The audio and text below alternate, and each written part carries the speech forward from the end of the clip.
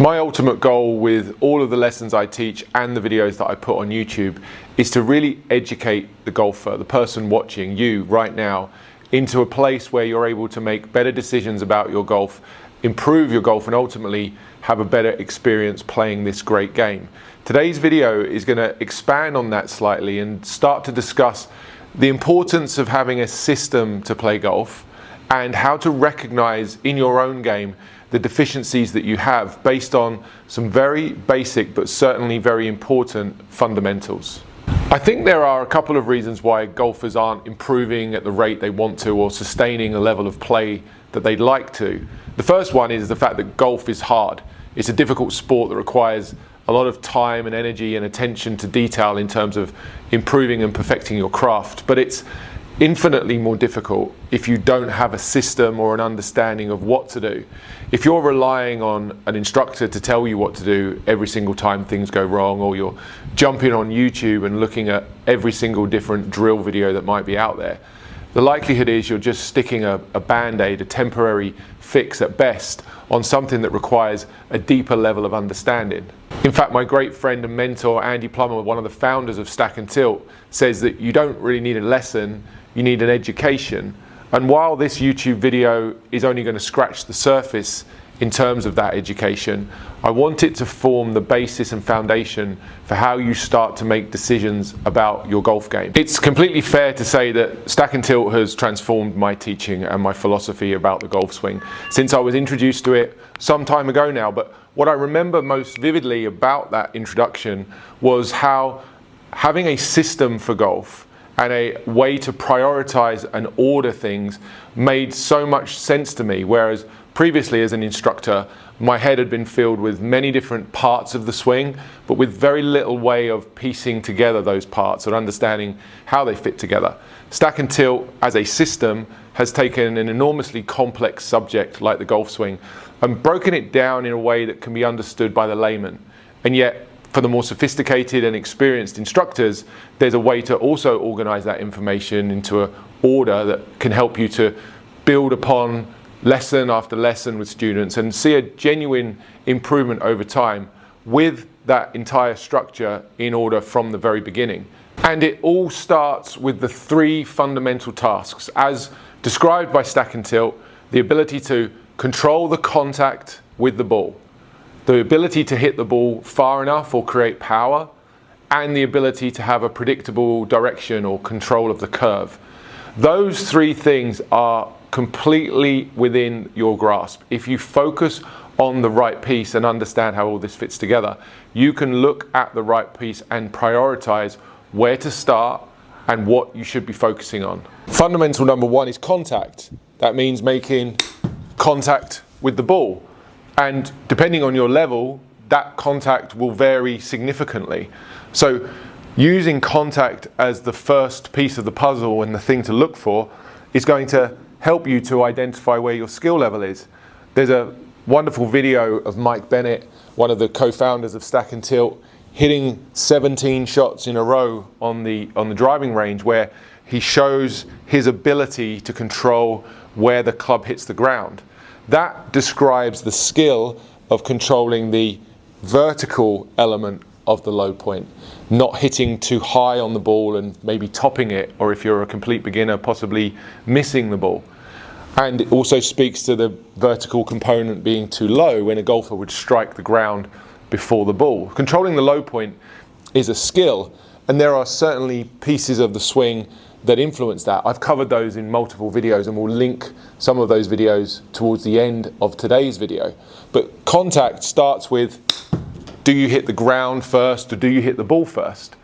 That strike there with that simple little chip shot was perfect. I hit the center of the club face, I hit the ball first, I hit the ground second. In fact, you could liken fundamental number one of contact, making good contact, be similar in some ways to chipping.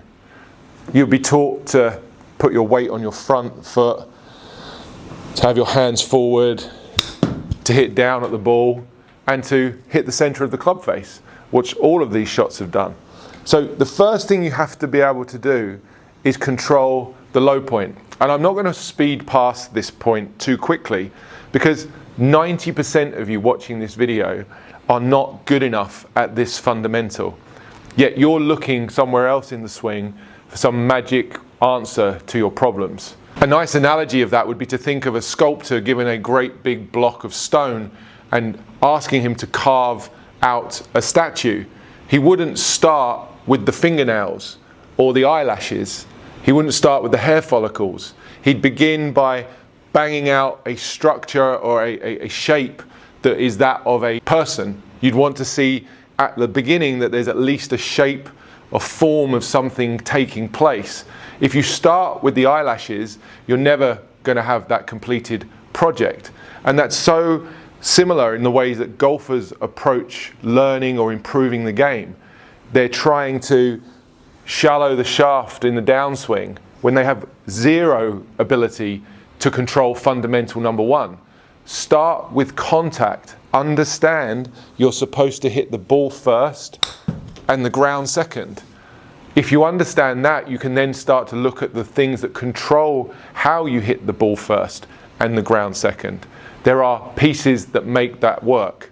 Equally, there are things that you're doing that make hitting the ground before the ball much more likely to happen. And if you fall into that camp, you should be looking at this skill first and foremost. Prioritize contact. And beyond the vertical component of low point, hitting high or hitting low, there's also the horizontal component, meaning are you hitting the ball in the center of the club face from this down the line view, or are you more likely to hit the toe of the golf club or hitting towards the heel or even the hosel, which would result in a shank. Again, contact doesn't just involve hitting the ball first and the ground second, it involves moving the club in a way that's going to allow you to hit the center of the club face as often as possible.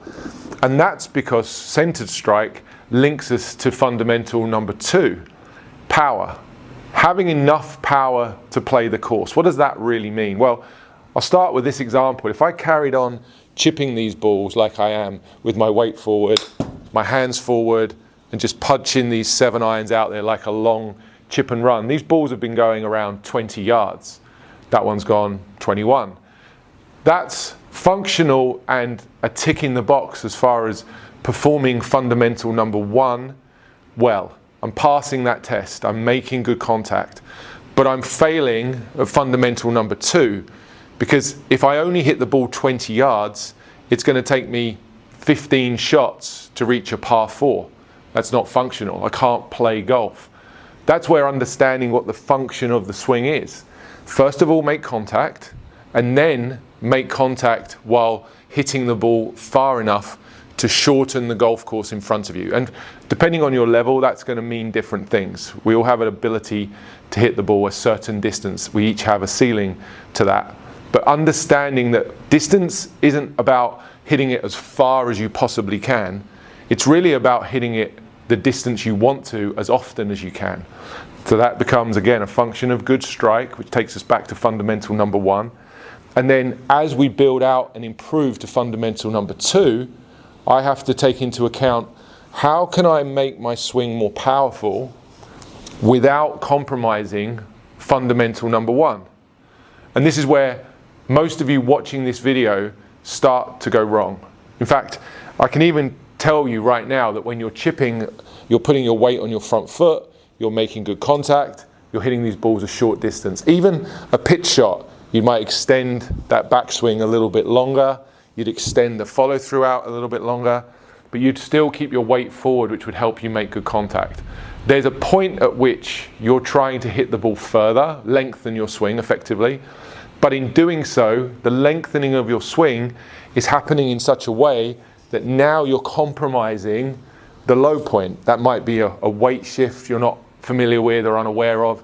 That could be the way you bend your wrists in the backswing, which is affecting the radius, or the arms flexing excessively, which would also wreak havoc on fundamental number one. Whatever it is, you need to know how to fix that point, because really you need to hit the ball first, control the contact, and hit the ball far. Hitting the ball far begins by moving your hands and club around you on an arc of some description. Very basic level would be that the clubs we use are on a bent, they're on a tilted angle. The grid that I have here on the ground, the stack and tilt grid, which is built out using this T-claw, gives some visual guidance to the golfer when I teach a lesson of how the club and the hands are supposed to move around the body. So now I need to control contact, fundamental number one, and swing far enough and fast enough to shorten this golf course that's out in front of me. So that was a faster swing, a longer swing. The ball's going to go significantly more distance. And now I've hit this club 150 yards. 150 yards with a 7-iron. That wasn't the fastest swing I can make. It doesn't need to be the fastest swing I need to make. It needs to be a swing that I feel I can repeat, where I'm able to pass fundamental number one and fundamental number two consistently enough that I'm hitting the center of the face and producing a predictable distance. I really want to make that point one more time and reinforce the fact that it is not hitting it as far as you possibly can, which, if you're not careful, is the stuff you'll be sold if you watch too much social media, including some YouTube channels. It's hitting the ball far enough to play the course in front of you. That really means hitting the par threes in one, hitting the par fours in two, hitting the par fives in three. If you can do that consistently from the tee boxes that you choose to play from, then theoretically you hit the ball far enough to play scratch golf. If you don't hit the ball far enough to achieve those, you can either look for more distance via better technique or play a shorter golf course in order to help you achieve those things. But don't be searching necessarily for just pure distance. Distance is an advantage for sure. The skill of hitting the ball far helps to separate golfers from different skill levels. If you hit the ball short, the ceiling of your performance will be much lower than someone who hits the ball further than you. But that doesn't mean you should just be trying to maximize distance at all costs, because those that do start to lose some of the fundamental number one, the contact. And then when the distance becomes so unpredictable, you're a worse golfer for it. It's no good being able to hit this 7-iron 200 yards, which I could if I stood here and tried to thump this thing. I could hit it 200 yards. But if I tried to do that every time I hit it, I know that there'd be more occasions where I would miss-hit this club. I'd either hit it fat or thin, or I'd start to mess up fundamental number three, which is this directional component. I wouldn't have as much predictability about where this ball would finish from a directional standpoint. So I choose to balance out the fundamentals. I'm not maximizing the distance piece. I'm sacrificing a little bit of distance under the knowledge that I'm going to make better contact more often and have more of a predictable outcome to my shot pattern.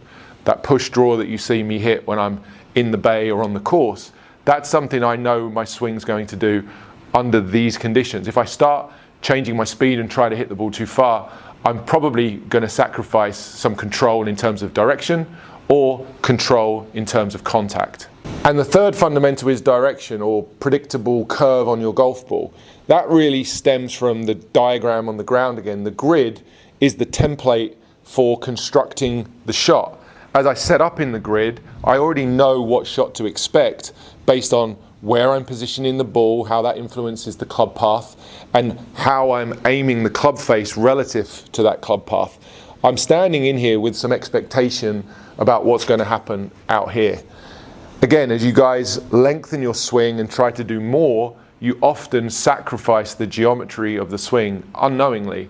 You'll start to lift your club and arms off the grid, beginning this steeper pattern which will result in a club path that becomes less functional. That usually has a detrimental effect on fundamental 2 and 1.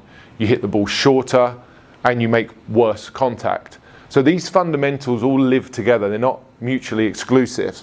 But understanding how the club and the hands work around the golfer on both the backswing and the follow through, again, should be key information if you're looking to build something more predictable.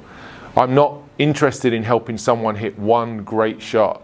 I'm interested in helping to teach you how to train and swing in a way that builds some predictability into the quality of the strike, and along with it, the distance you hit the ball, the distance you want to hit the ball, and within a directional constraint that means you're a better player. I analyze every golfer using this system, every golfer that comes to me, whether they're a beginner or a tournament player. I even analyze my own ball flight like that. I felt the contact there was a tiny bit thin. I managed to hit the ball a reasonable distance. 163 with a 7-iron is okay for me. And it had my expected push draw, which means the outcome of that shot on the golf course would have been perfectly acceptable. I lost a small amount of distance there because the strike was a little bit too low on the club face. I hit it, just as I said, a tiny bit thin. But I'm using this system to analyze everybody. So if you come to me and you hit behind the ball 6 inches like that, that's going to be where we start, because teaching you to swing 10 miles per hour faster and still hit the ground 6 inches behind the ball is only going to leave you to hit your divots further. It's not really going to help you become a better golfer. So prioritizing the pieces, using a system to help you to do it, reduces the frustration that you might experience as a golfer, because you go from hitting the ball well, not really knowing why, to hitting the ball terribly, not really knowing why. And it's that constant back and forth of not knowing what's going wrong, and then these small little glimpses of good golf that continue to perpetually frustrate you. If you understood the function of the swing, the 3 fundamentals that you can really measure a golfer by, you would definitely improve your consistency. You wouldn't be quite so prone to the peaks and the valleys that you're currently experiencing. You'd be able to play golf with a much more predictable, consistent outcome, and that's a lot more fun, I can assure you. So in summary, I would say that having a better understanding of the 3 fundamentals, the contact, the power, and the curve pieces, would help you to better look at your ball flight and your contact and understand where your deficiency is. Once you see that, you've got a much better chance of working on that deficiency, identifying and prioritizing the right piece for you, not jumping from swing tip to swing tip, hoping to find some magic silver bullet that's going to cure everything. And along with that, I'll say something that won't be very popular at all. Once you know what you need to work on, you need to do the work.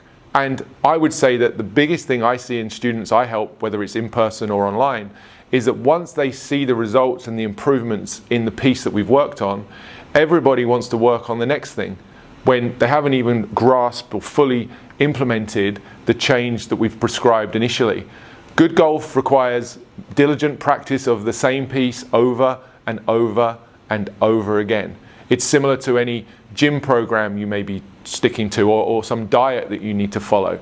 Consistency, following the same process time after time after time, will win in the end.